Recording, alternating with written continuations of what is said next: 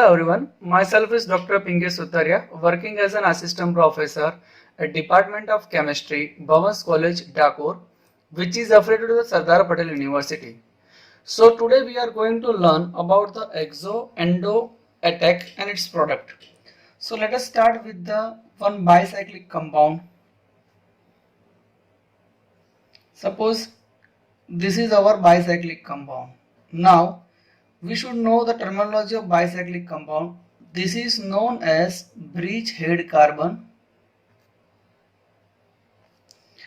This is a cavity size. This is concave cavity size, cavity side. So numbering will start over here 1, 2, 3, 4, 5, 6 and 7. Now this 7 is known as bridgehead carbon. Now what do you mean by the exo attack and endo attack? So if we are having this type of bicyclic compound, if any reagent attacks towards the cavity side, then it is known as endo attacks. Now, if any reagent attacks outer side of the cavity, then it is known as exo attack. Suppose if we are having this type of bicyclic compound, here we are having a double bond. So, endo attack will at the side of the cavity and exo attack will outer side of the cavity. Now, how we can determine what will be the product, whether it is exo product or endo product? So, by that way, I will give you one trick to solve that type of questions.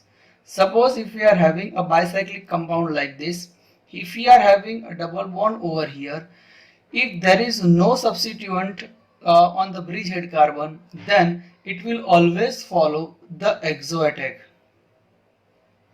If there is a substituent present over the bridgehead carbon, here we are having a double bond O, so that will always follow the endo attack.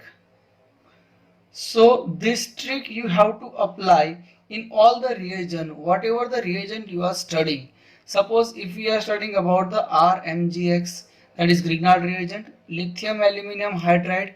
Suppose if you are having a B2H6 and last one, that is Wilkinson catalyst. So I will give you the example for this RMGX, lithium aluminum hydride, B2H6 and Wilkinson catalyst. Let's take this example one by one. Suppose when we are having our molecule like this bicyclic compound, there is a double bond over here. Now when we are treating with the RMGX, as we know the Grignard reagent, in Grignard reagent R which is having a negative charge and MgX which is having a positive charge. Here we are not having any type of substituent on the bridgehead carbon. So but obvious this will favor as an exo attack. Now this exo attack, it is from the outer side of the cavity. So this R minus attack over here. Now this will pull over here, as we know the second step of the Grignard reagent, that is H3O plus. So here what we are getting? Here we are getting a R over here and OH over here. So this is our exo product. If suppose in a similar case, if we are having a bridgehead carbon with a substituent, so what will be the product? The product will follow as an endo product. Here we are having R minus MgX, that is having a positive charge. This R minus attacks towards the cavity size. This O minus will pull over here. So here we are getting a endo product. So here we are having R, here we are having OH. This is known as endo product.